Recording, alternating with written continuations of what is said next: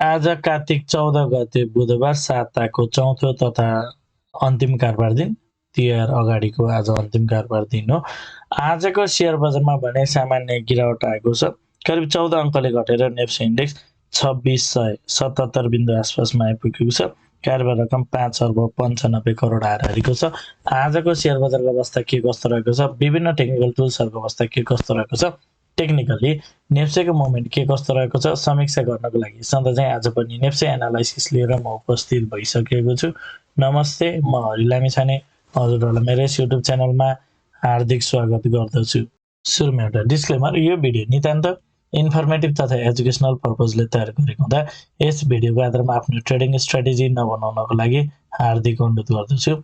स्टडीको लागि, कम्पेरिजनको लागि र रिफरेन्सको लागि मात्र यो भिडियो प्रयोग गर्नको लागि सबै रेस्पेक्टेड अडियन्सहरुमा निवेदन गर्न चाहन्छु। स्क्रिनमा नेप्सेको प्राइस चार्ट देख्न सकिन्छ। आज पनि नेप्सेमा एउटा बेयरिश क्यान्डल बनेको छ, सानो बेयरिश क्यान्डल बनेको देख्न सकिन्छ र कारोबार रकम 6 अर्ब हारेको छ। एभरेज कारोबार रकमको नजिकै नै कारोबार रकम रहेको छ। मार्केट चाहिँ 2-3 दिनदेखि 2 दिन केही बढेको बजार, आज भने सामान्य अङ्कले घटेको हो र अब यो हप्ताको लागि यो अन्तिम कारोबार पनि हो र अब भोलिबाट चाहिँ तिहारको बिदा रहेको छ। शुभ दीपावली, छठ पर्वको चाहिँ सबै अडियन्स साथीहरुमा हृदयदेखि नै हार्दिक मङ्गलमय शुभकामना प्रकट गर्न चाहन्छु। ह्यापी दीपावली, ह्यापी छठ भन्न चाहन्छु। ओके, अब आजको इन्ट्राडे चार्ट हेरौँ। मार्केट ओपन भयो लगत्तै सुरुवाती चरणमा केही माथि गएको थियो। सुरुवाती चरणमा केही माथि गए पनि बजार त्यसपछि एग्रेसिभ फल भएको थियो। फेरि दोहोऱ्याएर माथि जाने प्रयास गरेको थियो, तर अगाडिको जुन पोइन्ट छ त्यसलाई पार गर्न सकेन। त्यसपछि पनि एग्रेसिभली बजार तल खसेको देख्न सकिन्छ। केही समय साइड जोसेर फेरि पनि बजार माथि जाने प्रयास गरेको थियो, तर माथि जान सकेन। त्यसपछि फेरि तल आएर लगभग डेलोको आसपासमा नै बजार चाहिँ बन्द गरेको छ। अन्तिममा डेलोबाट चाहिँ केही पनि सुधार भएर माथि क्लोज गरेको छ। ओभरअलमा चाहिँ बजार मार्केटको ट्रेन्ड के छ भनेर हामीले हेर्ने हो भने चाहिँ बजारको ट्रेन्ड चाहिँ बुलिस नै छ, तर अप जुन लोवर टाइम फ्रेममा बजार यसरी माथि गइरहेको बजार अहिले चाहिँ एउटा करेक्सनको फेजमा रहेको रूपमा लिन सकिन्छ। मार्केट चाहिँ अहिले अन्डर करेक्सनको फेजमा रहेको रूपमा लिन सकिन्छ। अब यो जुन तल आइरहेको छ एउटा नर्मल करेक्सन हुन सक्ने, र फेरि बजार चाहिँ केही समयपछि चाहिँ यसरी माथितिरै जान्छ कि भन्ने हिसाबले नै हामी हेर्न सक्छौँ। यसरी फेरि पनि बजार चाहिँ यसरी माथितिरै जान्छ कि भन्ने हिसाबले हेर्न सकिन्छ। सो अहिले मार्केट चाहिँ एउटा करेक्सनको फेजमा रहेको बुझ्न सकिन्छ।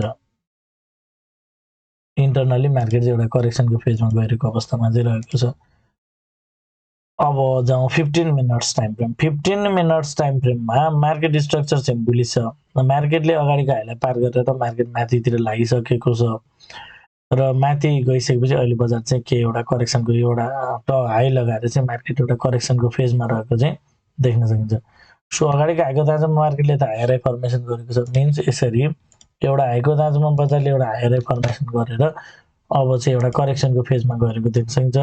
यो करेक्सन केही आइसकेपछि बजार चाहिँ फेरि पनि माथितिर जान्छ कि भनेर प्राइमरी एनालाइसिस चाहिँ हामीले यसरी गर्न सक्छौँ। तल आउने क्रममा 2635 देखि 2650 को लेभलबाट चाहिँ फेरि पनि बजार माथितिर फर्किन्छ कि भन्ने हिसाबले हामी हेर्न सक्छौँ। ओभरअलमा अगाडिको लेभललाई पार गरेर बजार माथितिर लागेको हुनाले लोवर टाइम फ्रेममा मार्केट स्ट्रक्चर बुलिस भएको हुनाले बजार चाहिँ तल केही करेक्सन दिए पनि फेरि माथितिरै टर्न गर्छ कि भन्ने हिसाबले नै हेर्न सकिन्छ। सो अहिले चाहिँ बजार चाहिँ कस्तो अवस्थामा छ भन्दा यसरी माथि गएर एउटा हाई लगाएर चाहिँ एउटा टप लगाएर बजार चाहिँ एउटा करेक्सनको फेजमा रहेको रूपमा यसलाई लिन सकिन्छ र यो करेक्सन चाहिँ नर्मल हो कि भन्ने हिसाबले नै हामी हेर्न सक्छौँ। अब जाउँ आवरली टाइम फ्रेममा। आवरली टाइम फ्रेममा मार्केट स्ट्रक्चर ओभरअल बुलिस छ र अहिले यो करेन्ट सिनारियो के छ भनेर हामी हेर्छौँ। बजार यसरी एउटा एक लेभलमा घटिसकेपछि बजार चाहिँ अब माथितिर जान खोजेको हो कि भन्ने प्याटर्नमा छ। एउटै स्विङमा यो माथितिर जान नसके पनि बजारले चाहिँ के एउटा करेक्सन लिएर चाहिँ फेरि पनि अल्टिमेटली माथितिर जान्छ कि भन्ने छ। आवरली टाइम फ्रेममा अलिकति केही ठुलो करेक्सन हुन्छ भने पनि बजारले 2640 देखि 2610 को लेभलबाट चाहिँ पुनः माथितिरै टर्न गर्छ कि भनेर हेर्न सकिन्छ। अहिले कोरो बजार बढिरहेको थियो, सो एउटा सार्प प्राइस पछि यो एउटा चाहिँ करेक्सनको फेजमा चाहिँ गएको हो कि भन्ने हिसाबले हामी हेर्न सक्छौँ र अहिलेको मार्केट चाहिँ एक लेभलको राइस पछि एउटा करेक्सनको फेजमा रहेको रूपमा लिन सकिन्छ। एकहरू बढिरहेको थियो, केही करेक्सन दिएर फेरि पनि माथितिरै टर्न हुन्छ कि भनेर हेर्न सकिन्छ र अब चाहिँ बजारले 2610 देखि 2640 को लेभललाई ब्रेक नगरेसम्म चाहिँ विशेष गरी 2610 को लेभललाई ब्रेक नगरेसम्म चाहिँ बजार केही तल आए पनि फेरि माथितिरै टर्न हुन्छ कि भनेर हेर्न सकिन्छ। अरू विभिन्न टाइम फ्रेम एनालाइसिस गर्नुभन्दा अगाडि एउटा जानकारी, यदि हजुरहरू एडभान्स लेभलको टेक्निकल एनालाइसिसको कोर्स गर्न चाहनुहुन्छ भने विशेष गरी स्मार्ट भन्ने कन्सेप्ट एसएमसी सिक्न चाहनुहुन्छ भने सम्पर्क गर्नुहोला। साथै यदि हजुरहरू मेरो सल्लाहमा सेयर खरिद बिक्री गर्न चाहनुहुन्छ, एज एडभाइजर रूपमा पनि मलाई लिन चाहनुहुन्छ भने यही नम्बरमा सम्पर्क गर्न सक्नुहुन्छ। शुभ दीपावलीको अवसरमा चाहिँ हजुरहरूलाई फीमा 25% डिस्काउन्ट रहेको कुरा पनि सेयर गर्न चाहन्छु, जसले यो तिहारको लागि यो अफर ग्र्याब गर्न चाहनुहुन्छ कृपया यथाशीघ्र सम्पर्क गर्नुहोला। स्क्रिनमा नम्बर छ। साथै यदि हजुर मेरो सल्लाहमा सेयर खरिद बिक्री गर्न चाहनुहुन्छ, लाइभ मार्केटमा लाइभ टेक्निकल चार्ट हेर्दै सेयर कारोबार गर्न इन्ट्रेस्टेड हुनुहुन्छ, आफू खासै त्यति आइडिया हुँदैन र केही चार्ट हेरेर केही कारोबार गर्नको लागि इन्ट्रेस्टेड हुनुहुन्छ, कोही एडभाइजर खोजिरहनु भएको छ भने पनि यो नम्बरमा सम्पर्क गर्न सक्नुहुनेछ। 9863805867 यसमा कल, मेसेज अथवा वाट्सएप गर्न सक्नुहुनेछ। अब जाउँ डेली टाइम फ्रेममा।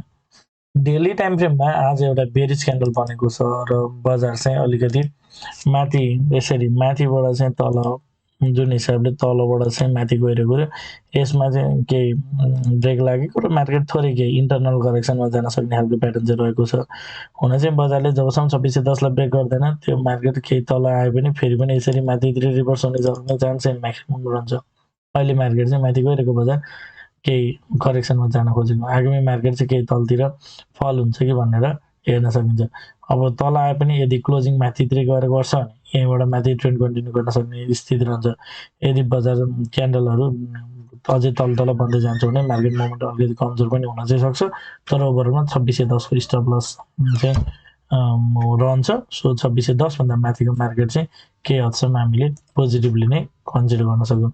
आजको क्यान्डलले चाहिँ जुन यसरी तलबाट माथि गरेको थियो यसमा चाहिँ एक प्रकारको यो एउटा जुन तेज बढिरहेछ सानो माइनर स्विङ त्यो चाहिँ कम्प्लिट भएर फेरि पनि एउटा करेक्सनको फेजमा जान खोजेको रूपमा लिन सकिन्छ। र अब जति पनि ट्रेड तल आउँदाखेरि त्यो पोजिसन बस्छ, त्यसको स्टप लस अब 2610 नै हुनसक्छ। अब साताको अन्तिम कारोबार दिन भएको हुनाले विकली टाइम फ्रेम पनि विकली टाइम फ्रेममा यो हप्ता कस्तो क्यान्डल बन्यो भन्दाखेरि यसरी अगाडिदेखि प्याटर्न हेर्दाखेरि चाहिँ एउटा सार्प प्राइसपछि एउटा करेक्सन दिएर चाहिँ बजार माथि जाँदै थियो। अब एकैचोटि माथि जान सक्दैन, फेरि बजार चाहिँ यो लेभलबाट के करेक्सन दियो। विकली टाइम फ्रेममा चाहिँ बजारले यो हप्ता पनि एउटा चाहिँ तल करेक्सन चाहिँ कम्प्लिट गरेर बजार फेरि माथितिर टर्न गर्न खोजेको कि भन्ने खालको प्याटर्न नै रहेको छ। सो यसले चाहिँ केही पोजिटिभ नै इन्डिकेट गर्छ। विकली टाइम फ्रेमको क्यान्डलस्टिक क्यान्डल टु क्यान्डल हामीले हेर्दा चाहिँ यो हप्ता बनेको क्यान्डललाई चाहिँ पोजिटिभ रूपमा हामी लिन सक्छौँ। यसले चाहिँ यो जुन अगाडि करेक्सन आएको छ यो करेक्सन चाहिँ कम्प्लिट हुन सक्ने को अर्थ चाहिँ राख्छ। यहीँबाट बजार चाहिँ यसरी पुनः माथितिर जान्छ कि भन्ने हिसाबले यसलाई इन्टरप्रेट गर्न सकिन्छ। कन्क्लुजन जानुभन्दा अगाडि फेरि पनि एउटा जानकारी, यदि हजुरहरूलाई मेरो एनालाइसिस मन परिरहेको छ अथवा यो भिडियोले हजुरहरूलाई सहयोग पुर्याइरहेको छ भने भिडियोमा एक लाइक भने अवश्य गरिदिनु होला। मलाई केही सल्लाह सुझाव अथवा प्रतिक्रिया छ भने कमेन्ट मार्फत दिन सक्नुहुनेछ। पहिलो पटक यो भिडियो हेर्दै हुनुहुन्छ भने च्यानल सब्सक्राइब गरेर नियमित रूपमा जोडिनु होला भन्न चाहन्छु। अब कन्क्लुजन विकली टाइम फ्रेममा मार्केट ओभरअल साइडेज अथवा त्यो बिचमा पनि माथितिरको मोमेन्टम चाहिँ अलिकति बढी हो कि भन्ने खालकै रूपमा लिन सकिन्छ। डेली टाइम फ्रेममा चाहिँ हिजो अस्ति तलबाट जुन बढ्यो अब एक लेभलमा बढिसकेपछि एउटा करेक्सनको फेजमा चाहिँ जान खोजेको, फेरि पनि इन्टरनल करेक्सन मेजर करेक्सन भन्दा नि इन्टरनल करेक्सन हो कि भन्ने रूपमा लिन सकिन्छ। आवली टाइम फ्रेममा एकरो बढिरहेको थियो, सो एउटा करेक्सन एक्सपेक्टेड थियो, सो एउटा नर्मल करेक्सनको रूपमा गएको हो कि भन्ने रूपमा यसलाई लिन सकिन्छ। त्यस्तै 15 मिनट र 5 मिनट एकदम लोवर टाइम फ्रेमहरू हेरिरहँदा चाहिँ बजारले एउटा चाहिँ र्याली दिएको छ। यो ओभरअलमा चाहिँ बजार यो जुन तलबाट माथि गएको छ एक लेभलमा राइज गरिसकेपछि यो करेक्सन चाहिँ एउटा आउन जरुरी पर्छ। मार्केट त्यो करेक्सन आएको छ। अब हामी के आइरहनु गऱ्यो भने पहिलो चरणमा चाहिँ यो आएको करेक्सन नर्मल हुन सक्ने र यसले चाहिँ पुनः यो लेभलबाट नै बजार चाहिँ माथितिर रिभर्स हुन्छ कि भनेर हेर्न सकिन्छ। अहिले बजार चाहिँ यसरी तलबाट माथि गइसक्यो, बजार एक लेभलको करेक्टिभ फेजमा रहेको चाहिँ करेक्सनको फेजमा रहेको रूपमा यसलाई लिन सकिन्छ। करेक्सनमा गइरहेको अवस्थामा चाहिँ मार्केट रहेको कुरा हामी हेर्न सक्छौँ। ओके, अब एकैचोटि तिहारपछि चाहिँ कारोबार खुल्छ। आगामी कारोबार दिन के कस्तो रहन्छ हामी हेर्दै जानेछौँ। आजको लागि यति नै। हवस् त, धन्यवाद, नमस्ते।